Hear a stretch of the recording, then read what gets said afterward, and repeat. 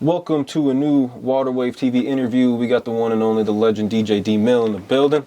Hey. Waterwave. It feels like I'm on a boat, man. What's up, Ricky? Riding the waves with us today. Hey, man, you've been a OG, a legend DJ in the city. Since I've been in town, you've been like one of the guys, like one of the go-tos, always out here, names everywhere, doing everything, always busy, everywhere, DJ D Mill.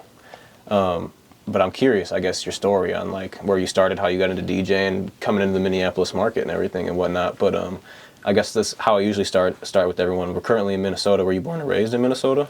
I was. I grew up on the east side of St. Paul. Okay. And thank you for that introduction. Humbly been, putting it down for a minute. Yeah, I grew up on the east side, single parent household. My mom was just making the best of what she had, and had two brothers, an older brother, and my older brother particularly introduced me to the hip hop culture, and that's what got me into DJing. Okay. When did the music DJing passion come? Was that in high school? Yeah. Yep. It was in high school. And basically, my older brother, rest in peace, but he was a b-boy in the Twin Cities scene. He was part of the original wild style breakers that were out of St. Paul. Mm-hmm. And rest his soul, he was quite a bit older than me, kind of almost like my dad, bro. And he passed away. And when he passed away, some money went into a trust for me. And when I turned 18, I bought turntables with that money. Wow. Turntables, amp, speaker. I already had inherited his music collection. I had my mom's Motown collection. I was basically in business. I started going to Urban Lights every single Friday, getting records. I joined the record pool right away when I was like 19. I was out here on the U of M doing parties. I was on the east side doing east side parties. I was in the clubs by the time I was 21. Mm-hmm. Yeah, it was lit. Yeah, so when you say you inherited their music, like the Motown records, and you were at Urban Lights, so did you begin DJing when it was like true turn scratch tables then? Yeah, it was 1200s, so that's what I did when I got the money. I bought two turntables, a mixer, speakers. My mom came home, she said, "You did what?" Mm-hmm. Changed my life for real. Yeah, I guess that's a time in the entertainment industry that I kind of missed, I guess, because I don't know if I've ever been to an event where like they're actually playing, putting the record on the thing, scratching and spinning. I don't know if I've ever been to one. I might have without noticing it. I've been to a few Urban Lights like events where they had a DJ spinning. Yeah. Could have been playing a record, I guess. But it's I've never been the there. Serato, right? So the control records are on there, but where they're actually changing the records. So yeah, I mean, I'm lucky in the sense that I came from the analog era into the digital era, transitioned. I transitioned in about 2005, and I still use the Technique 1200s with the control records, except, that's when the laptop got introduced. At that point, there was an event that I was a part of, and I was opening up for the legendary DJ AM at Myth over on the other side of town, and AM came out and he did his whole set off a gig stick and a laptop, and I was over there in the DJ booth. I had wheeled this sounds primitive, but I wheeled my crates of records in. And on a two-wheeler, because they were so heavy, what I mean? I had like 4 or 5 crates with me. Mine were all set up in the DJ booth. Literally the next day I went and got the digital set up, got Serato, and went digital. And that's definitely, that's one thing I would say to anybody who wants to be in the music business or wants to be successful. When the times change and everything, keep up with it. Mm-hmm. There was a lot of OGs that I looked up to that didn't do that at the time, and within a year or two, I looked in my rear view. All these guys was way behind me. Yeah, don't get stuck in your ways, I guess, of not wanting to adapt with the times. Because I couldn't imagine a DJ right now that never went digital, or if they were still doing it in 2023. I just don't know how that would work if if venues would have the right plugins. Right. I mean, so here we are in 2023. There's definitely a niche for vinyl. So like there like somebody could do like a really cool curated party with vinyl, but it would not be you wouldn't really be relevant if you was just only doing vinyl. You know what I mean? Like it would have to be like a mixture. Like all the DJs went digital. Like you were in the dust if you didn't, for real. Yeah. So you talked about you started in high school. Right after high school, that's where you got your first board and stuff. How long did it take to start getting booked for events and gigs? So it was definitely a slow grind. Definitely started at the bottom. I started actually throwing my own parties, doing my own events, and that would be my advice to anybody who wants to get in the game, wants to do something. Somebody told me early on, they're like, build a following, build people up that want to see you, and it starts with your family and friends, people in your backyard. And I had the East Side, so I had the East Side. I got that going. And that carried me all the way to Minneapolis. I'd go and perform First Avenue, different places. We'd pack out the main room at First Avenue. We were doing parties everywhere. The clubs downtown, South Beach, Banana Joe's. I mean, like, so that was it, man. You know what I mean? Yeah, I've interviewed, I guess, like a lot of DJs that I've talked to have, like, mentioned how, like, maybe 10 plus years ago that they were selling out just parties.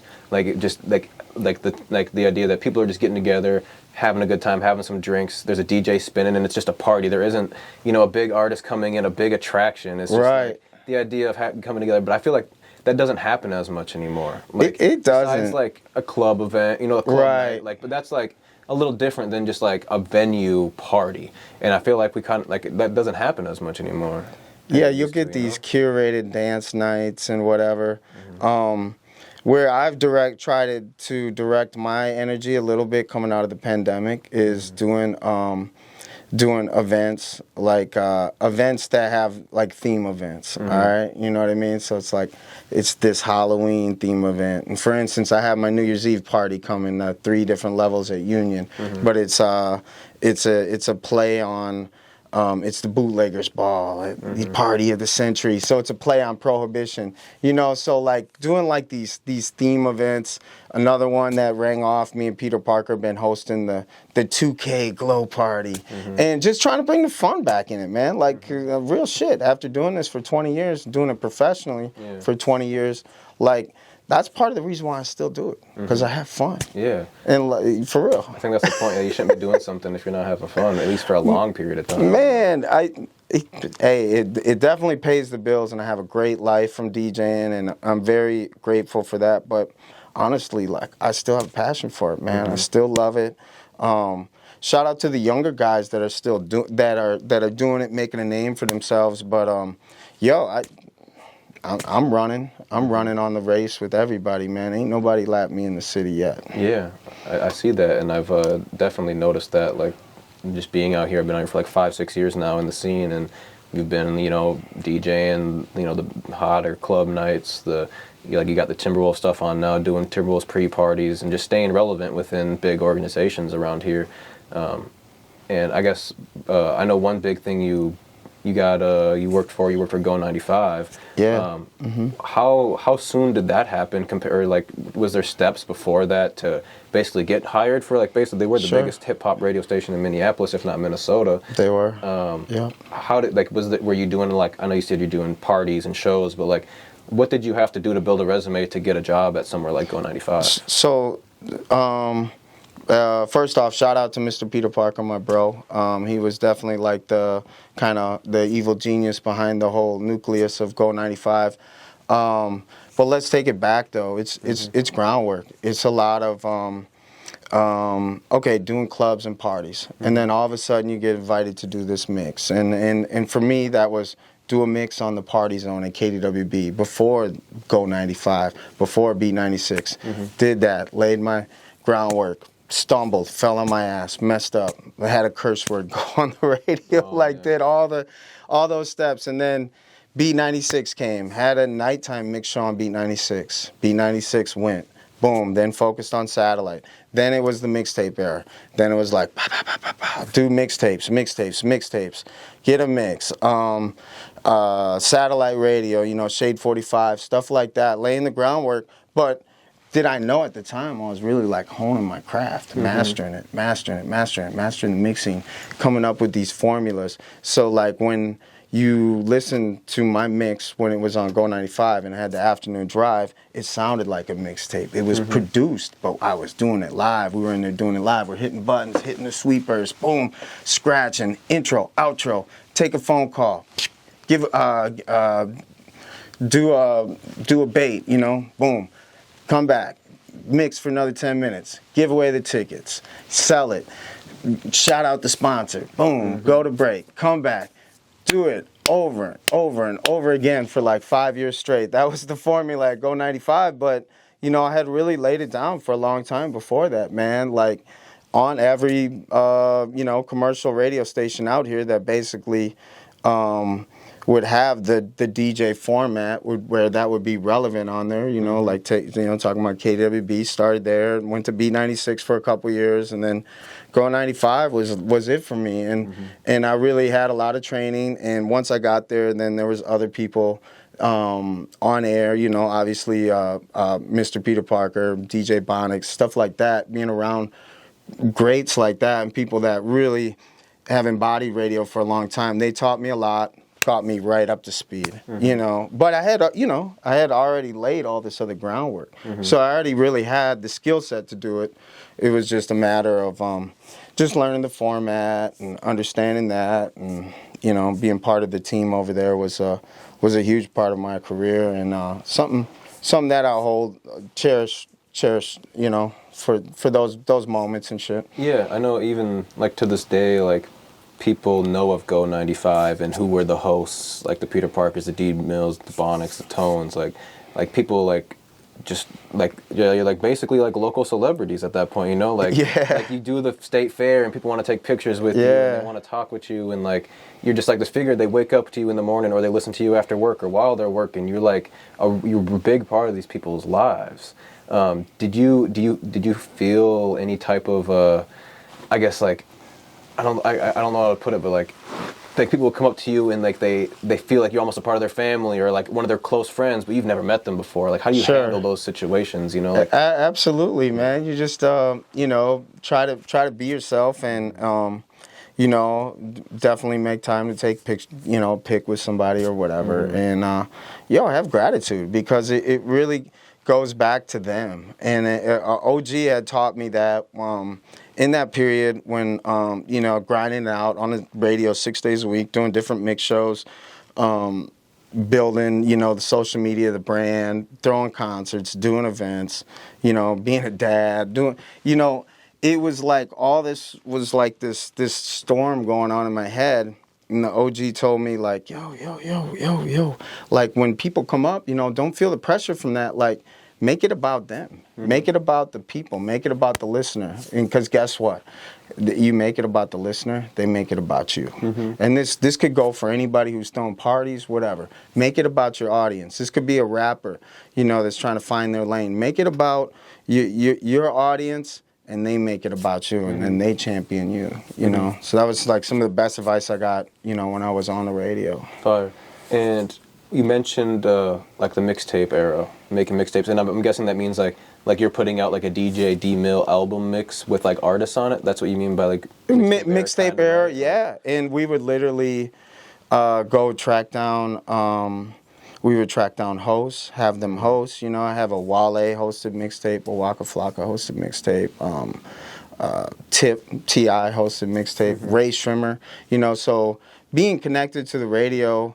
There was a moment when artists would want to go do radio interviews. They would want to go do mixtape drops, and being in the room with somebody like that, you know, you collect a bunch of mixtape drops. Jelly Roll, you know, I did a mixtape with Jelly Roll 8 years ago. Crazy. And now look, he's gonna win like 10 Grammys this year. You know, it's wild, but there was a lot of value in the mixtape market and scene for promotion at the time. You know, it had its place, and I loved it, but definitely had to graduate from the mixtape scene. I feel like it's not as popular as it used to be. Now it's like more of like producers just kind of have like albums, like with art, like the Metro Boomin album, and it's like it's streaming. It's streaming. That's what it is. Mixtape was kind of in between that period before streaming had like completely took over. So it's streaming now, and what's really cool now, artists are. Well, they're not getting paid exactly what they should be, but I would say this, that companies are making money again. I think that's cool because there's definitely like a lot of new music, and the record companies ain't broke. I would like to see the artists get a little bit more of that though, honestly. Yeah, and the distribution companies, the Spotify's, the Apple, and all the streaming platforms, they're making a lot of money. They are. It would be better if it would trickle down more to the artists. Another thing that like artists should definitely focus on that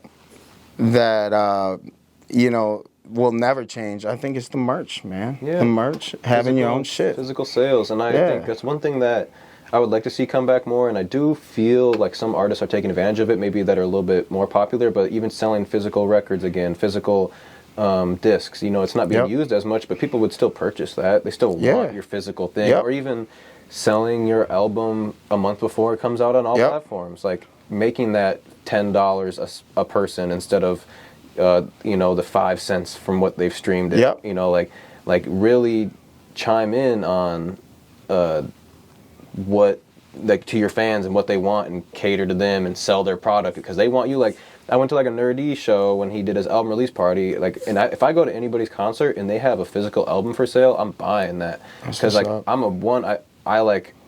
guess I'm a believer in the future of Minnesota music, and I would love to hold. I have a Nerdy album from 2021 or whatever it was, 2022, and I like one day it's going to be worth something more, and it's something that I can physically have. It's not just I listened to that album back in the day. Like no, I had that album. I still have that album. Like how you got hand down your Motown records and everything. Yeah, I think there's still that art there that more artists should tap into for sure. Definitely. I mean, take a play from like Griselda Records and West Side Gun and Conway and Benny the Butcher and those guys. How they started with the one-off, the sweatshirts, there's 100 available, start with a smaller run, supply and demand for real.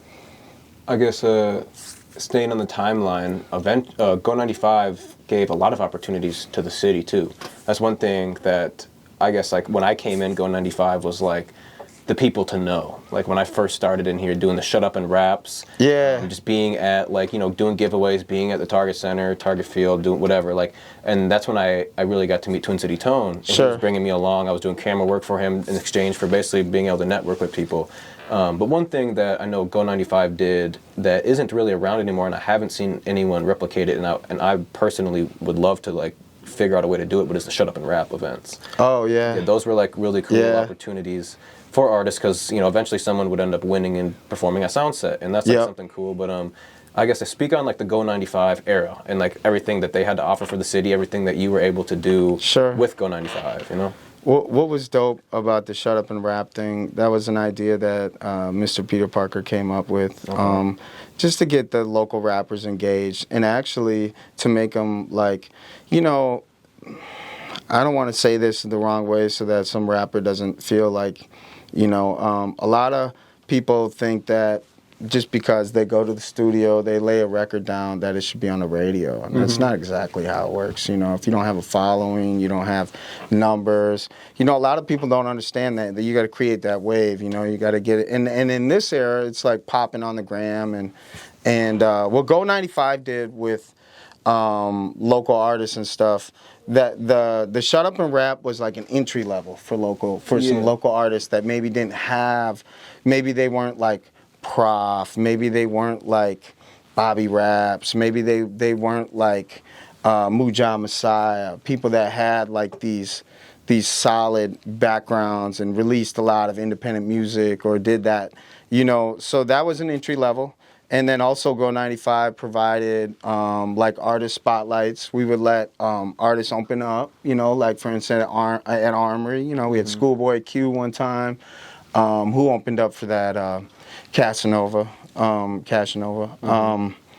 You know, there was a lot of opportunities like that. That was really dope. It was what it was, and what will be hard to duplicate is that it had a connection to community, and it felt like it was community based, but it was a commercial radio station. We're playing commercial rap records, hip hop, R&B records, and we're running commercials, and people are paying us for commercials. And ultimately, people always ask like, "Wow, man, it was such a good thing, yo, it was so dope.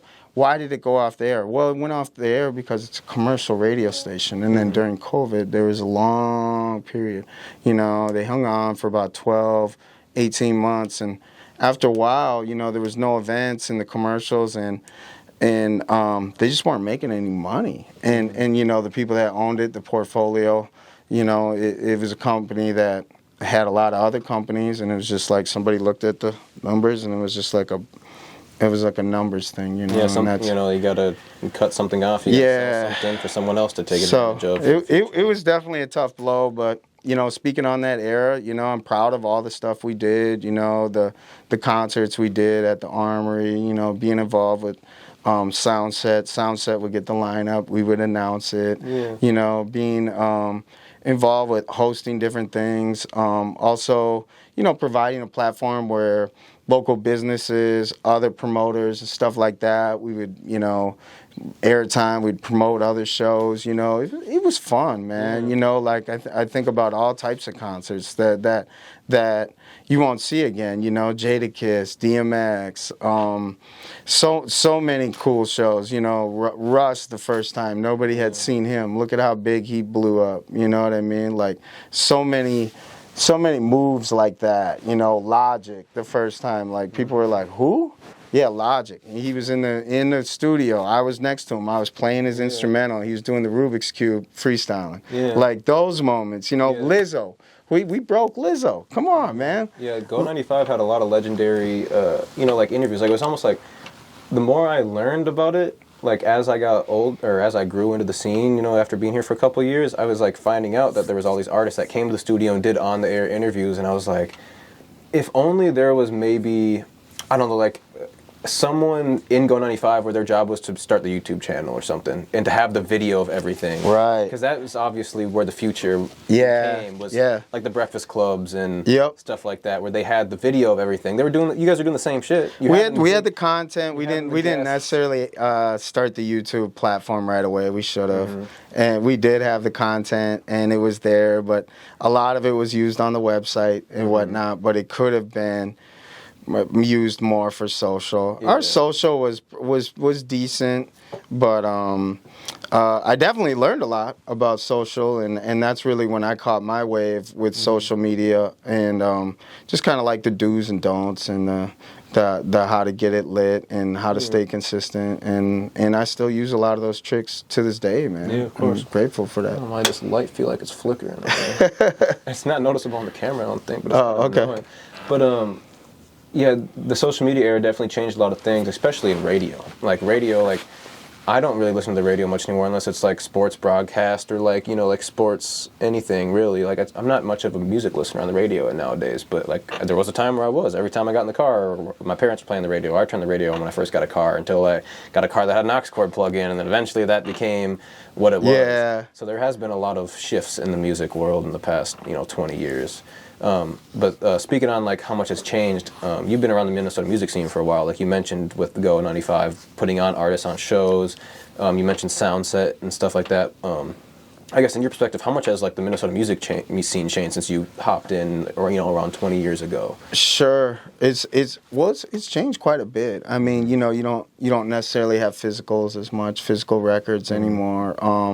When you first would be out networking, would be like posters and flyers, and now it's all of this, it's this is the biggest thing. This is the changer in the room. This is the game changer. It's the iPhone. For real. And even like the style of music, I feel like we went from, like, a lot of, like, the boom bap style stuff back in the day that was really working, and even like the Rhymesayers atmosphere. Definitely, that was the Minnesota staple for sure. The staple of, like, hip hop and what was going on, and not that any other genre has really surpassed that since then, but there's been a lot of new styles emerging. And, you know, there's still, I'd say, Rhymesayers, Atmosphere are still like the biggest that have done it out of Minnesota in the hip-hop space, you know, as of so far. But there has been a lot of change in like what's getting pushed, what types of music are being made. Like even like you mentioned, like a Casanova, someone that has had the opportunity to perform at a sound set, he doesn't sound anything like, you know, the normal Rhymesayers crowd or artists or anything like that. So there is still people that are getting these opportunities in different alleys. But yeah, how do you feel about like the new age of Minnesota rap compared to the old school? Yo, I think that it's just like the new age of music. You know, there's a lot of good in it, and there's some trash in it too. But yo, you got to cipher through. And there was good music in the early 2000s. There was a lot of trash too. There was a lot of garbage rap in the early 2000s, and then you got to the 2010s and the whole Pitbull, Flow Rider era, and you know. People are gonna gravitate to what they like, and me personally, being as a DJ, I have two tastes. I have like a professional taste, and then I have a personal taste. You know, and my professional taste, you know, could stretch farther than my personal taste, definitely. But I'm not against anybody who's still making trap music or somebody. You know, what's cool about our scene is that we're in the middle, you know, so you might get East Coast influence, West Coast influence. There's definitely that down south influence. And then there's definitely, like, you know, something that's cooked up, and you're like, well, where the fuck did this come from? Well, Minneapolis. Yeah, and I think it's like there's a weird thing of, like, there's a lot of artists that come out of Minnesota, and people don't know they're from Minnesota, and like, people just assume Minnesota doesn't have anyone that's out here, but there is a lot of artists that, you know, do build a lot of fan bases out of Minnesota, and I don't know what needs to shift for it to be like people to consider Minneapolis or the Twin Cities to be like a hot zone for music. Besides the Prince, you know, like everyone knows Prince, and some people might know about Owl City and Bob Dylan and maybe Atmosphere, Young Gravy, and now we're going more of the new school, LaBianca, Casey, Prof. Like there's all these names that, like, they're just very niche markets. Yeah, they're all in their own like markets, but there is a few big stars, and I don't know what the shift needs to be, whether it's maybe the Timberwolves winning the NBA Finals or the Vikings winning the Super Bowl, you know, something to like give some hype to the city once again, you know, for people to really dive in. Like, to be honest, like Minnesota is a real place, you know. I think we need some hit records, man. To be honest, and I think that's where like people like Young Gravy and Lizzo broke through, is that they had like hit records, and that was the difference, you know. And I'm just gonna keep it real. There's a lot of people out here putting out music, and there's a lot of people out here putting out cool music, but there's barely, like, nobody putting out hits, like hit records. Yeah, no, that hit that actually lasts for a while. Yeah, that hit. Yeah, I think I don't know if that's where I met you for the first time, but it was like in the clubs. I feel like maybe at Union or something. I feel like I don't know if you've done Union more than any other club, but I feel like I see you at Union a lot, almost every time I've gone there, it seems like. But do you do a lot of club nights out here, right? That's like your main, almost like your go-to type of thing for a lot of DJs out here. I don't know if that's like for your go-to, like your 9 to 5 in a sense, you know, like. Yeah, for me, I definitely do a lot of club nights, and I do a lot of curated parties and stuff and events like that. And to me, that is a lot of my go-to. But I've also turned into, like, you know, I've morphed into, after, you know, being on the radio for so long, I do a lot of corporate DJing too, you know, and I get a lot of bags from doing that, you know, allying myself with Minnesota Timberwolves and working for different agencies in the cities, different crews, you know, running with the Shadyville DJs crew, the Gen Now crew, doing endorsements, you know, like Ross's new liquor, cognac, Vion, you know, stuff like that. So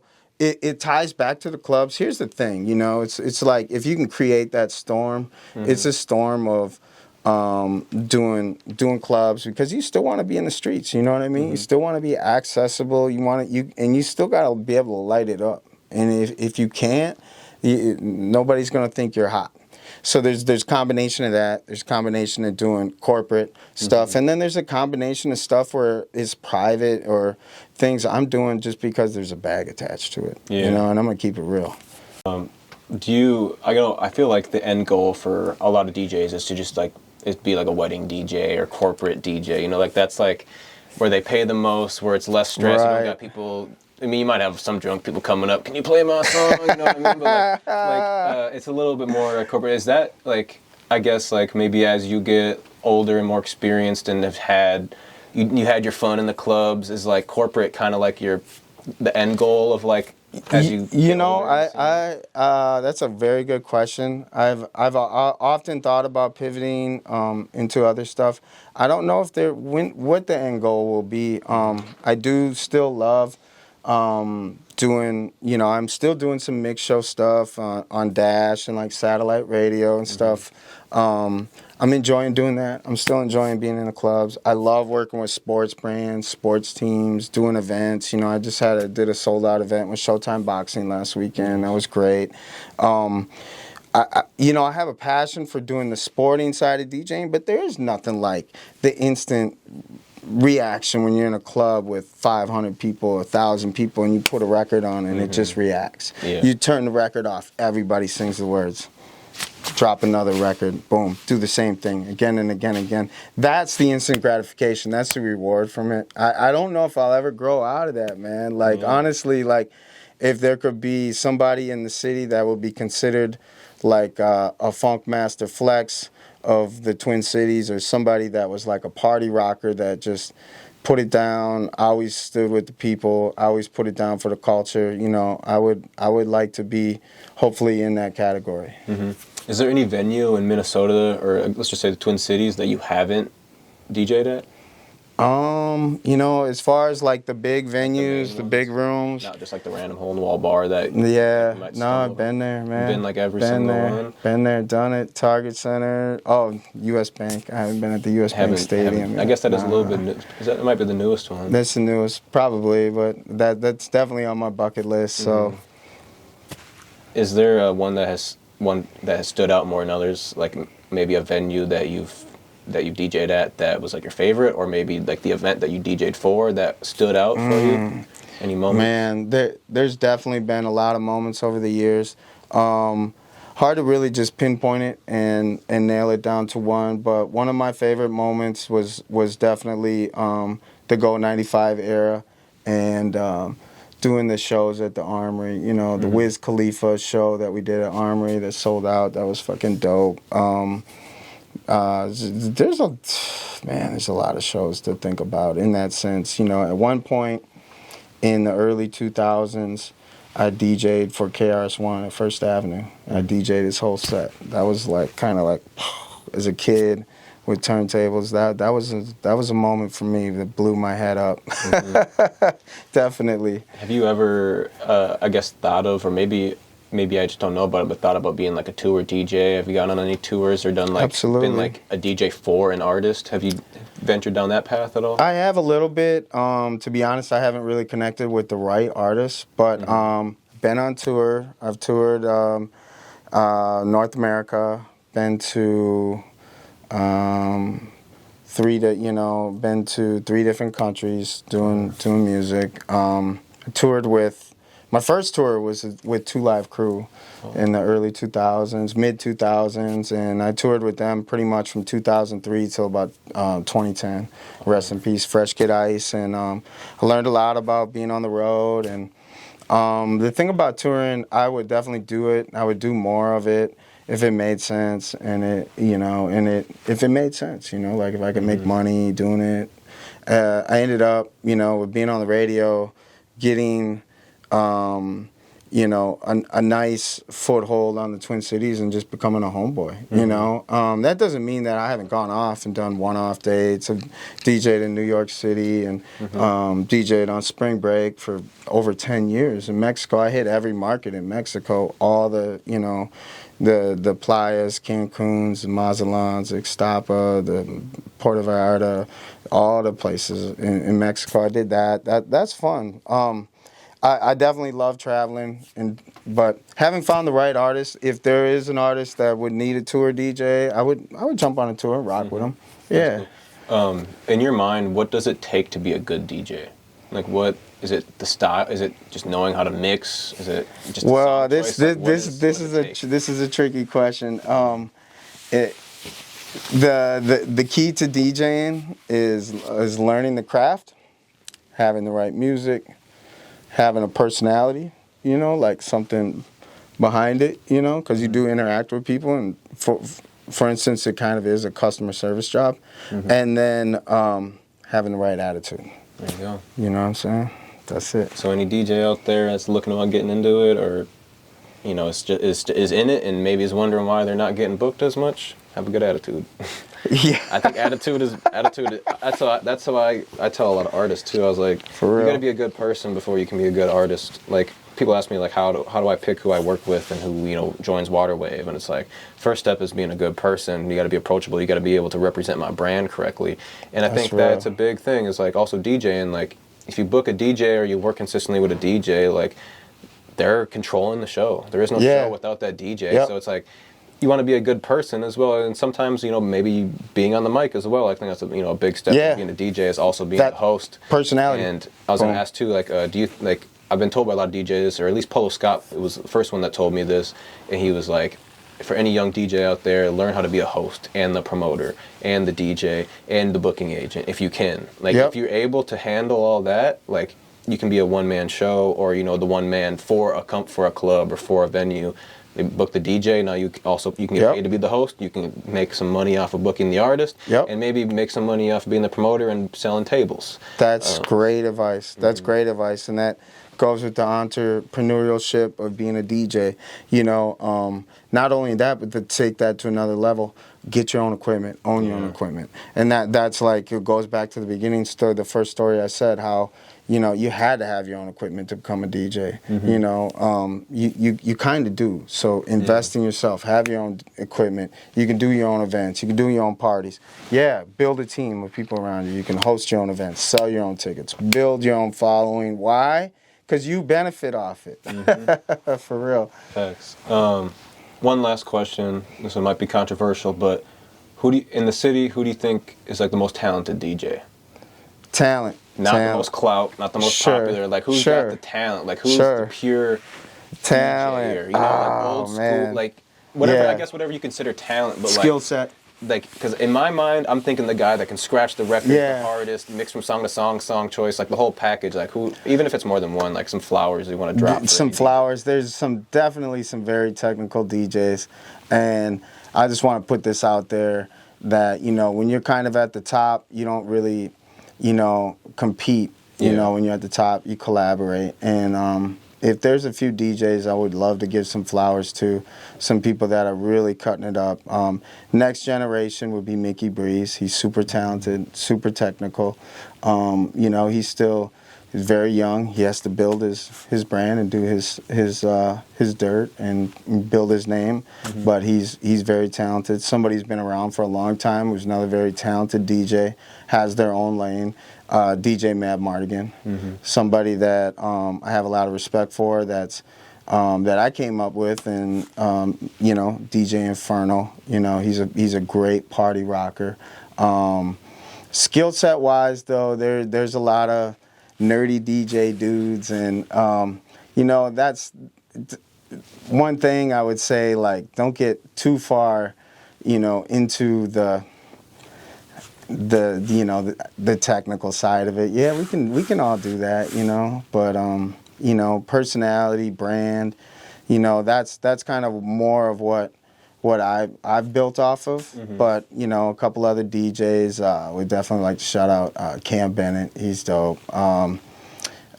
Young Star's the man. You know, my brother Ray Mills, man. Ray Mills been putting it down. You know, Ray Mills is a very cool individual. Got a dope mix, nice cut. Yeah. You know, definitely learn the craft, man. Learn the craft. If you want to get in the arena with the big dogs, learn the craft. Like, know your way around the equipment.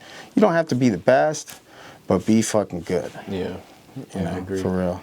Yeah, I feel like Minnesota's got so many good DJs. And Man, I feel like it's coming back. I feel like it's coming back. So I don't know other states' DJs like that, but like, there's like, if you're looking to book a DJ in Minneapolis, as long as you didn't just come here and you just asked your friend from school, like, who should I book for a DJ, you could find a really good DJ, like, no matter what, as long as they're not already booked. But like, there's so many to choose from, and I guess like that's just the flowers. I guess I'd like to give everyone's just yeah. I don't know how to put it. I don't know how to put it. If there's I feel like the DJs are coming back, like man. there isn't like one like any club night that's happening tonight or tomorrow night or and there's some female DJs out here. There's some female DJs. Kay Reeves is killing it. Miss Britt is killing it.